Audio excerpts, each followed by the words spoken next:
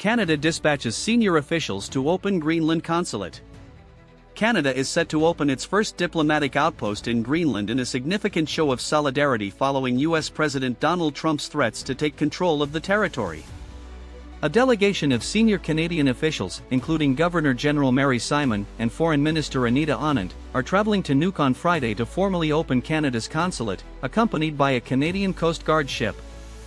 Ahead of the trip, Simon said in a speech that Canada stands firmly in support of the people of Greenland who will determine their own future.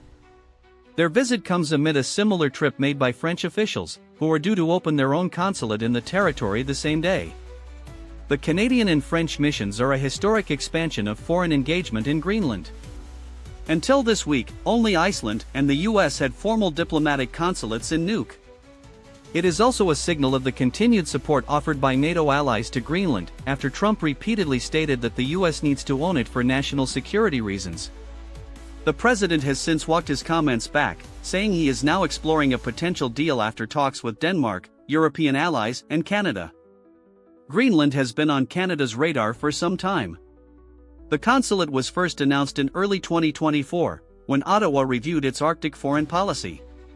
The opening had been slated for late 2025, but that was delayed due to bad weather. Now, the consulate carries even more weight, said Michael Myers, a professor at the University of British Columbia who has authored several books on the Arctic. "I'm only surprised it hasn't occurred sooner, given the important connections between Greenland and Arctic Canada," he added. He noted that Iqaluit, the capital of Canada's northern territory of Nunavut, is only an hour flight away from Nuuk. Inuit in Canada also share a strong bond with Greenlandic Inuit, a bond underscored by Governor-General Simon's own Inuk roots.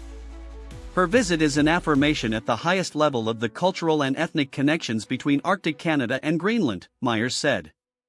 "It's a very powerful statement." Simon, who grew up in Nunavik in northern Quebec, is the first Canadian Governor-General to visit Greenland since 1982. But her exposure to the Arctic territory began decades ago, she said, when she would hear Greenlandic Inuit songs as a child through her grandmother's shortwave radio. She would say, "These are our relatives who live in faraway lands. We are all one people," Simon recalled at the annual Arctic Frontiers Conference this week in Norway, shortly before her trip to Nuuk. Natan Obed, president of Inuit Tapiriit Kanatami, which represents Canadian Inuit, told the BBC that the consulate is the result of years of advocacy by his community to forge closer ties. Obed said that around 50 Canadian Inuit will be arriving on a chartered plane from Montreal to Nuuk to attend Friday's ceremony. Inuit in Canada, he said, feel the U.S. threats against Greenland intimately due to their shared history of colonization, as well as Trump's own comments about Canada.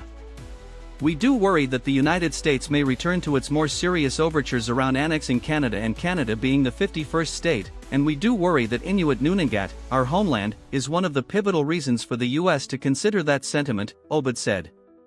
Trump has justified a U.S. takeover of Greenland by blaming Denmark for failing to adequately protect the island from Russian or Chinese threats.